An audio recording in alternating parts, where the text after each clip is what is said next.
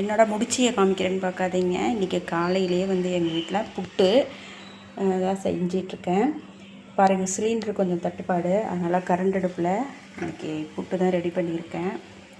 Cylinder இருக்குது, ஆனால் தீந்துருமோ அப்படின்னு சொல்லிட்டு ஒரு பயம். இப்போ நம்ம வந்து இதை அவுத்துட்டு அப்படியே கொட்டிக்கலாம். பாருங்கள், சூப்பராக ரெடி ஆகிருக்கு. நான் கொட்டிட்டு அப்படியே காமிக்கிறேன். பாருங்கள், சூப்பராக ரெடி ஆகிட்டு எல்லாத்தையும் கொட்டிட்டேன். துணியில் இருந்ததெல்லாம் பாத்திரத்துக்கு கொட்டி வச்சுட்டேன். இப்போ நம்ம இதுக்கு என்னென்ன பொருள்லாம் சேர்க்கலாங்கிறத பார்க்கலாம். ஓகேங்களா, பாருங்கள், இதில் கொஞ்சோண்டு உப்பும் 2 ஏலக்காய் தட்டி வச்சுருக்கேன், இதை சேர்த்துக்குவோம்.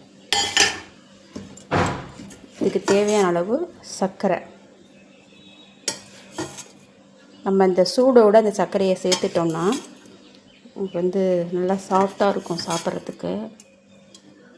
லேட்டாக சேர்த்தோம்னா கொஞ்சம் அழுத்தமாக இருக்கிற மாரி தெரியும், ஆறி போயிட்டுன்னா. நல்லா சூடு இருக்கும் போதே சேர்த்துக்கோங்க.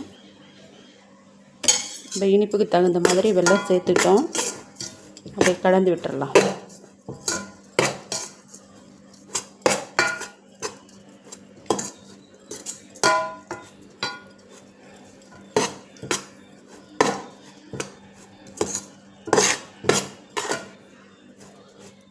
இது சிகப்பரிசி புட்டுங்க. இது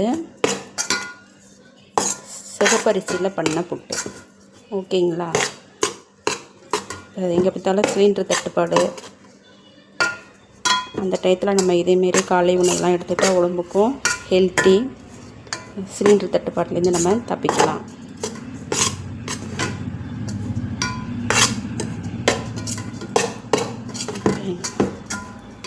சூப்பராக ரெடி ஆயிடுச்சு. இப்போ அடுத்தது நம்ம தேங்காய் தான் போடணும். நான் தேங்காய் திருகி வச்சுருக்கேன், நான் போய் எடுத்துகிட்டு வரேன். ஓகேங்களா, எடுத்துகிட்டு வந்து நான் காமிக்கிறேன். இப்போ வந்து தேங்காய் எடுத்துகிட்டு வந்துட்டேன், திருகி போட்டுக்குவோம்.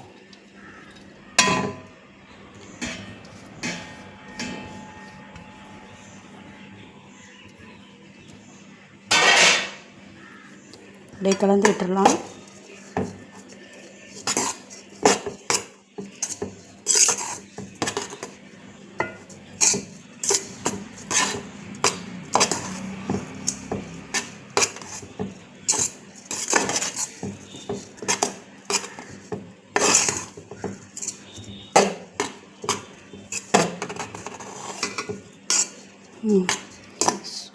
சூப்பராக புட்டு ரெடி ஆகிட்டு, வாங்க எல்லோரும் சேர்ந்து சாப்பிட்லாம். சூப்பராக ரெடி ஆகிட்டுங்க. பாருங்க எப்படி இருக்கு பாருங்கள், சூப்பராக இருக்குல்ல. வாங்க சாப்பிட்லாம்,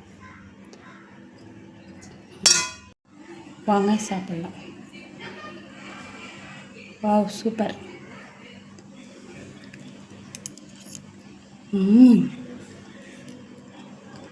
அருமையாக இருக்குங்க. நீங்களும் ட்ரை பண்ணி பாருங்கள். தேங்க்யூ.